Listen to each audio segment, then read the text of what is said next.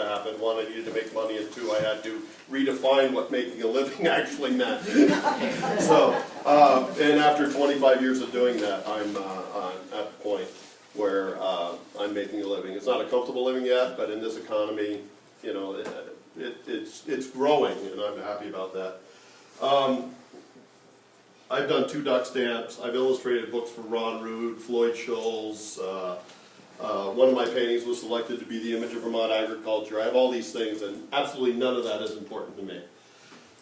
My mission in life is to create a model that people could follow that supports the idea that, yes, you can make a living with a creative economy. I'm trying new and innovative things. I'm trying to figure out what works, what doesn't work for me, and hopefully other people can learn as I go along, and we can build a creative economy. For me personally, I think Vermont's slogan should be a state of innovation. That should be the Vermont slogan. If you think about the fact that we're here to talk about innovation, that'd be like bringing Ben and Jerry to come in and talk about how do we make ice cream. I mean, Vermonters do innovation just naturally. We look at John Deere, he came from Vermont. Wells from Wells Fargo came from Vermont. Otis Elevators came from Vermont. The very first patent issued in the United States was issued to a Vermonter. We do innovation naturally. The problem is that there's not enough of a population base in Vermont to support that innovation. So they have to go elsewhere to make their money, and then they can come back and spend their money and do things. So that's the component I want to talk about. And I live in the town of Lincoln, Vermont. And just to emphasize the point of what I'm going to get at today, when I woke up this morning in Lincoln, it was like, oh my gosh, I have to go to Randolph. How do I get there? I mean, I'm 9 miles from Warren, except the gap is closed. So now it's 20 miles to Warren. And, you know, and then as I'm driving all these roads, I'm not seeing a lot of people, a lot of houses. And that is the challenge in Vermont, in the innovation part of it. So if I look at, if there's one person in 100 who can help me with my career, then when Jamison Howland was in the 6th grade and told my next door neighbor, read Prescott, he's the most famous painter in all of Lincoln. That means I have 13 people who can support me with my career. Now, in order to expand to that, I can get into Jerusalem or South Star School in Bristol, and now we're up to like 26 people who can support my career. I really need to have a much broader population density than that. But I'm stubborn, because I want to stay here in Vermont and create my artwork. Go back a little bit to what I currently do. I have a shop on Main Street in Bristol, and it's basically a place where I can exert my creativity, create these new products and ideas, but it has 2 large storefront windows. And I literally sit in one of the storefront windows all day working on paintings so that people who go by can see and stuff. And like you said, it's kind of like my accountability thing. You know, it's like, oh my gosh, I better be painting because they actually can see what I'm getting done today. So for me, I mean, I need to do something to increase these numbers. And the bigger the better. Now if we look at the whole state of Vermont, you know, roughly 650,000 people. Well, that's a much better number, except that, just in driving over here, I realized that, I mean, these people are like so far apart, how can I get word to that?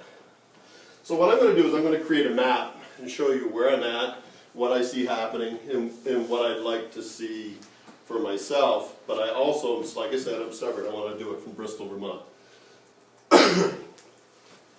So if we look at 5 major cities, you've got Boston, New York, Philadelphia, Washington, D.C., and we'll put Chicago over here. Those 5 cities, you're looking at a population of 50 million people in those 5 cities. Now, on top of that, those cities have little suburbs, you know, and all of a sudden now you're talking between schools and education, you have 100 million people who visit that area. I mean, it's an incredible number. Okay? So I'm an artist here in Lincoln, Vermont.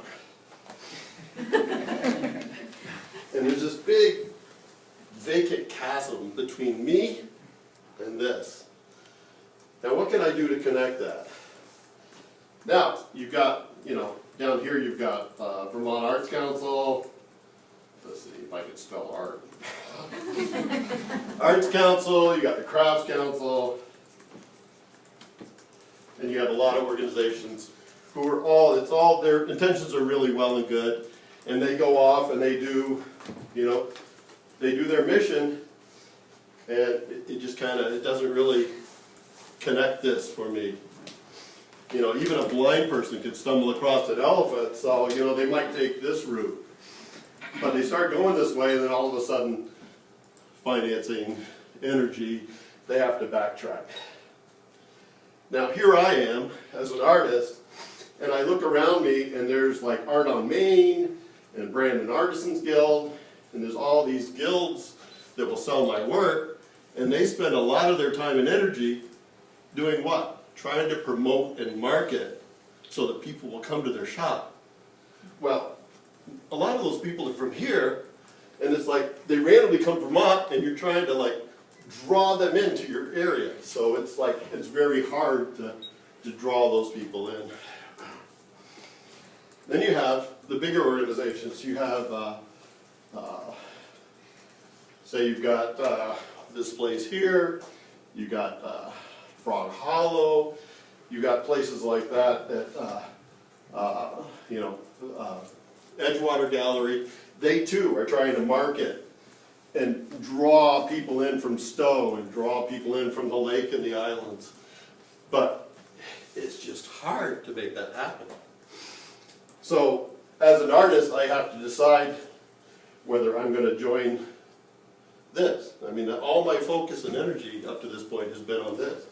So what do? You know, I'm just like,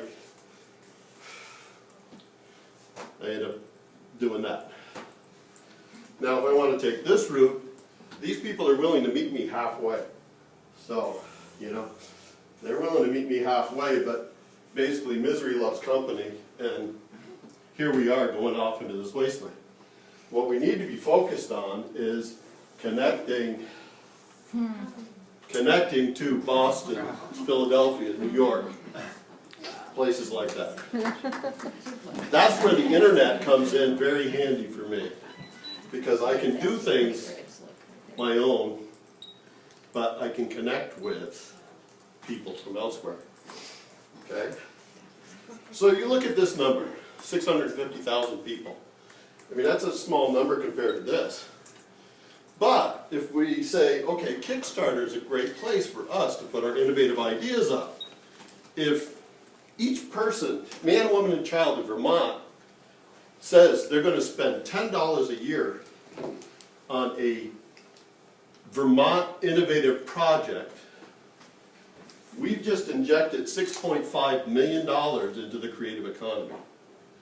But who's getting that message out there? I mean, that's the part that I feel that we need to be focused on. Who's getting that message out there?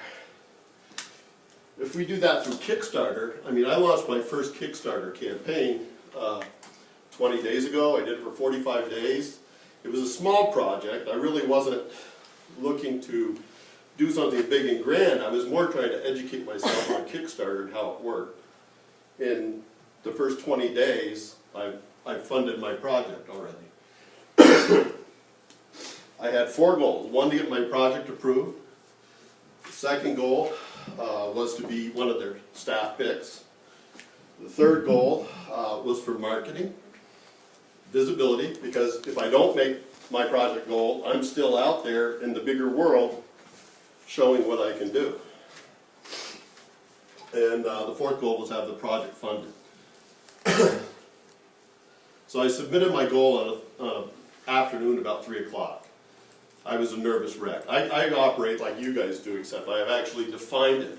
I have a 4-stage working process. The 4 steps are overcommit, cry, pray, and meet your deadline. So once I hit launch, it's like, okay, now you're committed, and it's like, oh my gosh, here's the panic. So I literally walked around town, shaking my head going, oh my gosh, what if this is on here for 45 days and nobody likes this project, and you got all these things that you talk about that is going to convince you not to do this. So I come back, and it's like, okay, let's check. In the first hour, I pull it up, and I'm a staff pick already. My project is right there as a staff pick. It's like, wow, okay, there's 2 goals. It's been approved, and it's a staff pick.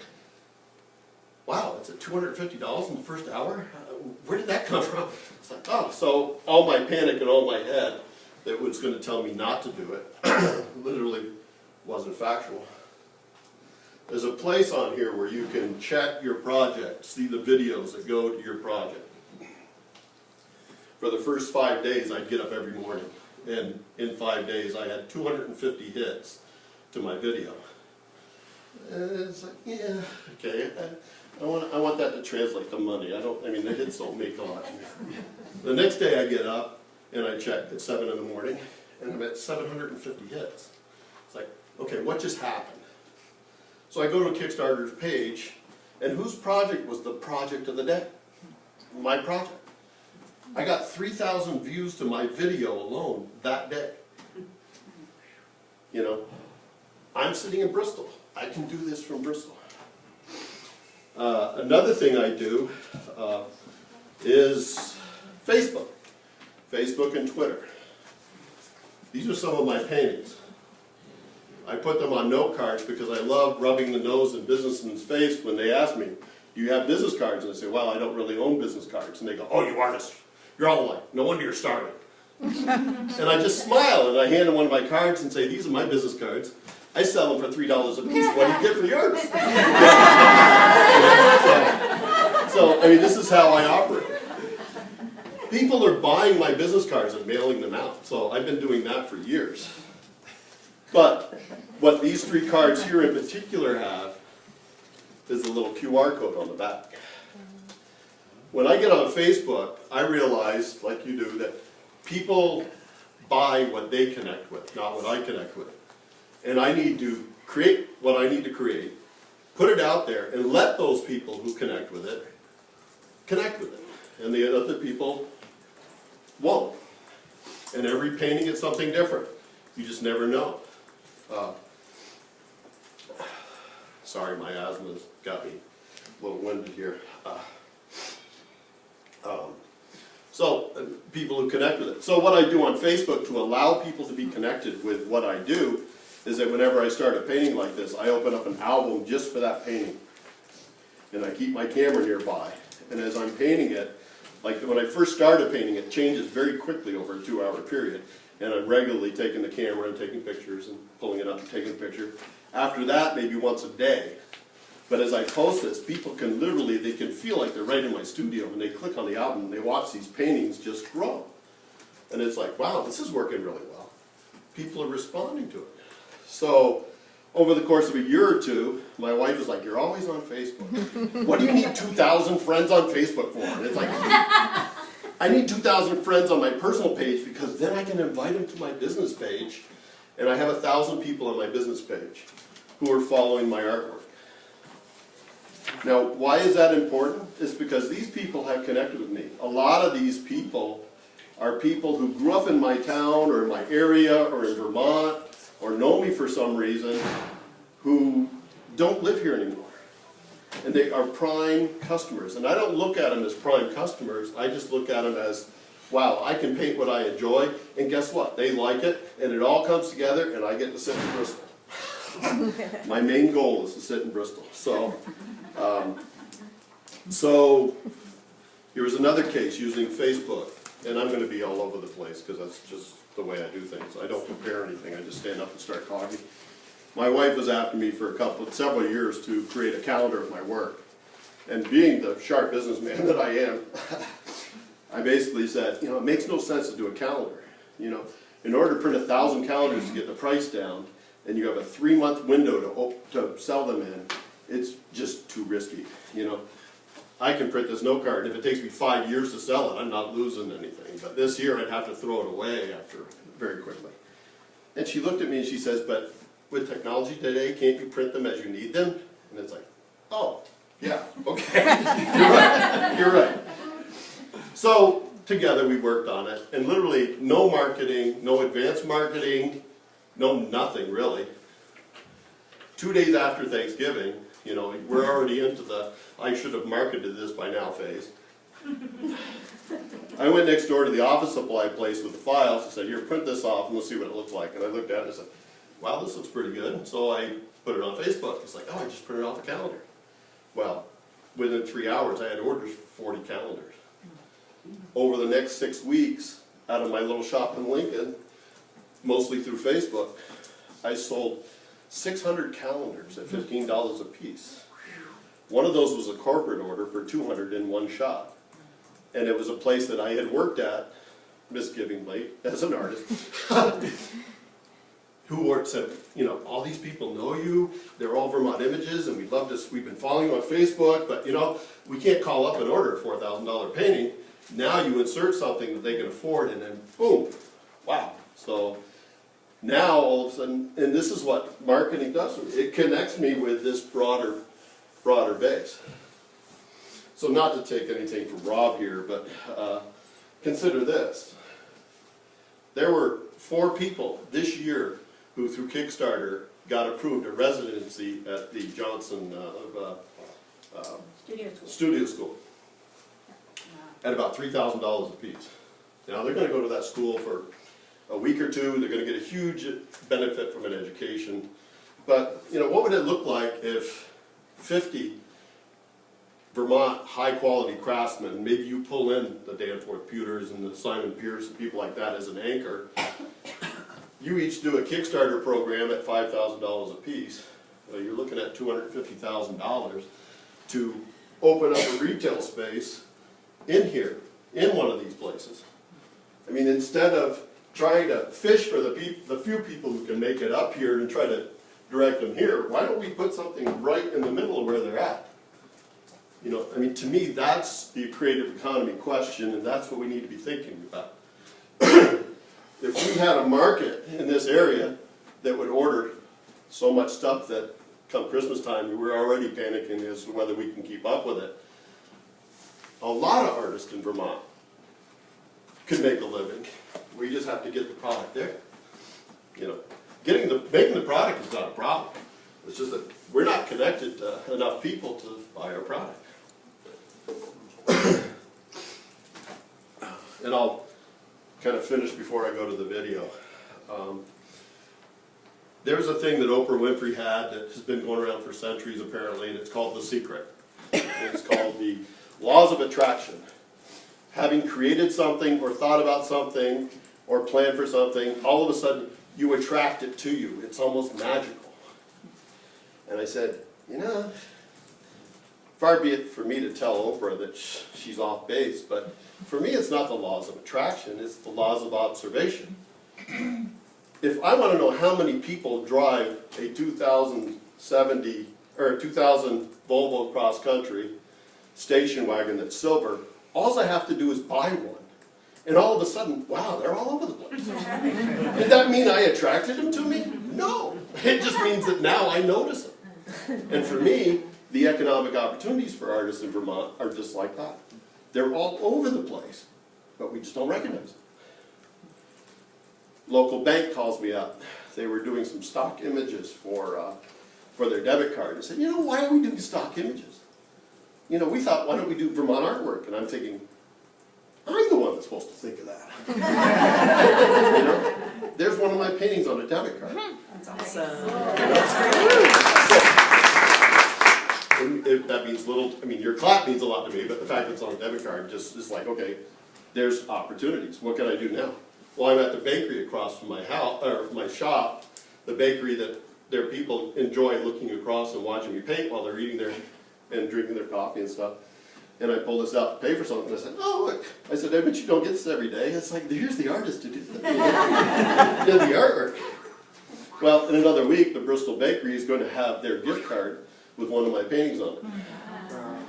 You know, those opportunities are all over the place. And I don't care whether you do fabric or pottery. If you have a 300 DPI JPEG, I mean, can you imagine all the stores in this area that are creating these little plastic cards now? It's an opportunity. It's an economic opportunity for artists. You just remind me, I know that there's at least one credit card company that will let you upload your own photos to put on your card. So anytime you pay for something, someone can say, oh, what's that thing on your card? I mean, it's not the same as gift cards to go out. Well, this is a little bit, market yourself. it's a little bit better because a lot of people have yeah. these cards that are using them, and then they come into my shop and they buy a box of note cards, they throw that on and say, oh, that's interesting, that's one of my paintings. I go, really? I could, you know, and all of a sudden they're like buying 2 prints to go with a painting. I had a lady who was looking at this print in my shop. Being the marketing fool that I am, it's like, oh, okay, good, I'll pull out the debit card. So I pulled out the debit card and I said, actually the bank across the street used this for a debit card. And she looks and she goes, I have that debit card. It's like, really? I said, I'll take that print.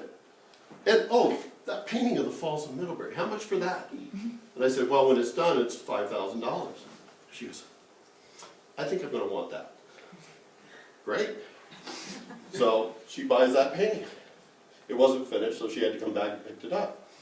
When she came back to pick it up, there was a picture of the Falls of Regenz that I had a $15,000 price tag on. Of course, I was willing to sell it for like $7 and give them a deal, you know. For me, I mean, it's like, wow. It's a deal for both of us. And it's like, she wanted her husband to see it. And her husband was busy. He never could make the time. So what do? It's like, well, wait a minute. I know that they're from Vermont, and I know they go to the National Bank of Middlebury. So I called the National Bank of Middlebury and said, how would you like to hang this painting in your bank? So I hang it in their bank, and I send them an email. And also, another thing I did, I created this video with the painting that they already own, and I sent them an image of that, and they got to watch this video, which is what you'll see at the end of this. So anyhow, it's using technology and thinking about it in a way that connects you with a much broader population base.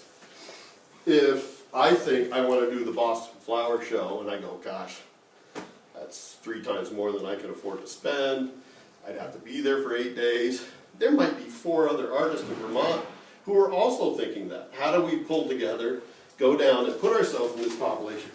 That's what we need to be thinking about. Instead of trying to fish for the people whose house you can almost see from your house and trying to figure out how to draw them to you, we need to figure out how to do this. So anyhow, I could talk forever. I think you guys are lucky that my asthma is acting up because I can't. If you search for Reed Prescott, I'm sure it will come up. I titled this the calendar from the guy from the paint store. I sit in this window and paint. And at 1 week at church, my wife and I went out in the middle of the service to show, there's an update, in the middle of the service so that the kids could go out. And one of the kids came up to me with his eyes got really big and he goes, I know you, you're the guy from the paint store. So, You should go to the update, or am I in the wrong place? yeah, no, it's update. I think you have to go down farther, the video. And this shows you the update of, kind of shows you what I do.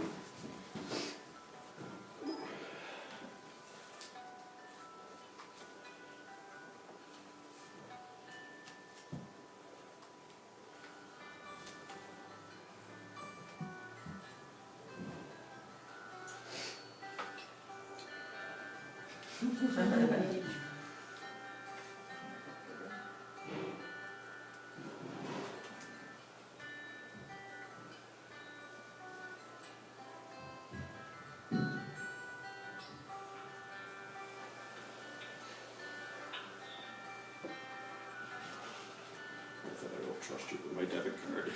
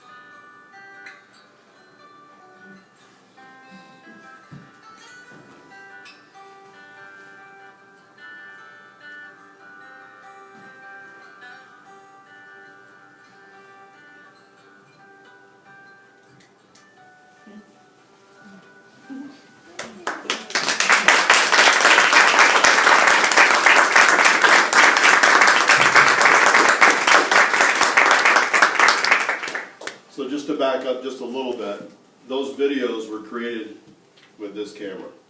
Me setting it up on a tripod, taking the pic, walking in, editing it. That whole video was created in less than 2 hours, uploaded to Facebook. All those pictures that I created a video for all of these, like I said, for these paintings, using the same series of photographs from this painting. It's uploaded to YouTube. So far, cost me nothing. Once it's on YouTube, you go and you search for a QR code creator. You type in the URL for the YouTube site, it spits out this. So on the back of these cards are these little scan codes that people with their phones scan, and they can literally watch the image on the front of the card go from a blank canvas to the finished piece. Wow. Thank you. Just innovation.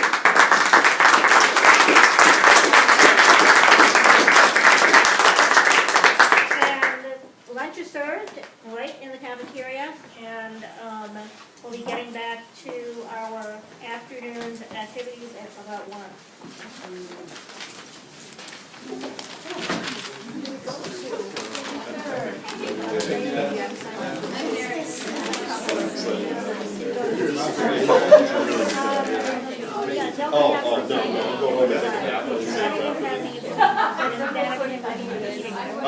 Well, in 45 days, I mean, I hit my $2,500 target.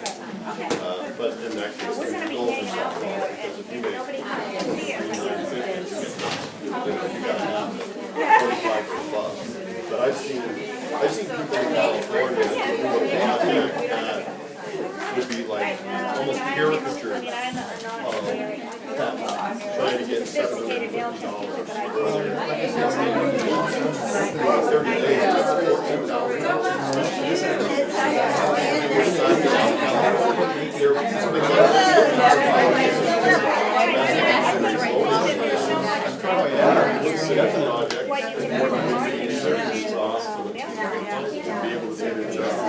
and half of my funding is from people, I had a guy in New York City funded me because his name was William Prescott Reed, and he grew up in Waterford. And the video, yeah, right, It's just like, you know, okay. if people get on, I said,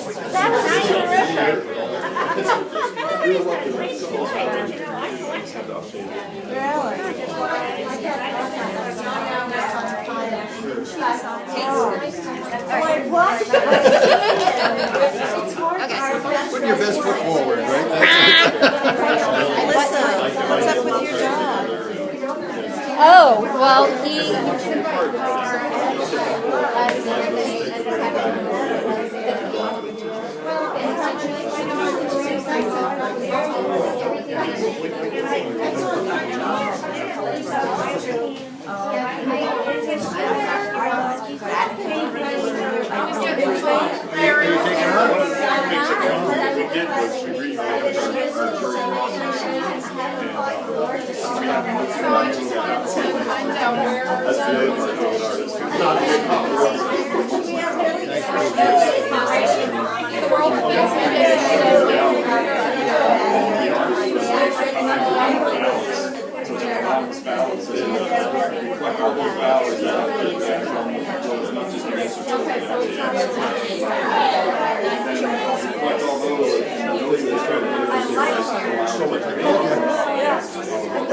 That painting that was just showed, I posted photographs, a photograph that I took at like New Year's Day, and said, I can't wait to paint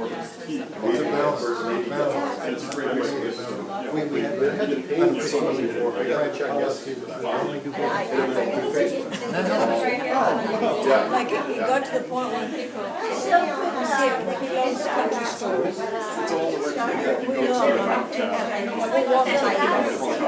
And sometimes go in the country store just to see the people. And it usually is, you've got a project, What kind of feel do they get? Then it's like, all your homework. it makes it even better to paint that store because it's nice people. And it's not enough often that and you can start your project and people believe in your project, you give them incentives. So in my case, it was $15 You get an account. Okay, so it's not money that I have to pay them back, it's almost like I'm getting advance orders. If you sponsor me for $100, you get a canvas reproduction of one of the 12 calendars, just 5 by 7, and account, and I'll sponsor my job. It's Really not do. it's not like I'm giving anything away. There are things here, I guess. Normally do. I've had 17 people sponsor me at $100 fees. Wow. It's just, You know, there are some other cities besides us. yeah. You have to get all your money or you don't get. So glad to hear You that. have to get your whole, Oh, well, I don't know. whole is $2,000 and you only make Too deflated from too many other commitments to not be a. Well, it sounds like you've given What up you do good then in exchange is for you call your it, best so. friend and say, okay, I need you to It sponsor sounds like me. you gave up. I'll give you the $50 back as soon as I get paid, but I mean, you know. Well, I just said that over from my artwork, that I thought, I should be trying to, put new siding on our community center. And, that was suggested as a possibility. Peter Miller's book that he talked about, Peter Miller tried to take $14,000 and called self-published, fit it in there all for Kickstarter. The movie theater in Randolph here, needed an upgrade to, from, $35, whatever the film was, to digital. They did a Kickstarter campaign, Vermont Fiddle Festival or Violin Festival or something like that. They did a Kickstarter campaign. There's a guy in, So it really isn't. yeah, it can be, but my point is that what we need to be doing is educating people on local. And that way we can serve a project. So the people that actually go to it, was it through a YouTube post? Well, actually, like I have 1,000 people who follow me on Facebook, and then 2,000 on my personal page. So I put it on my gallery page, I just launched this campaign, so now 1,000 of my friends can see it. And then I click share, and it shares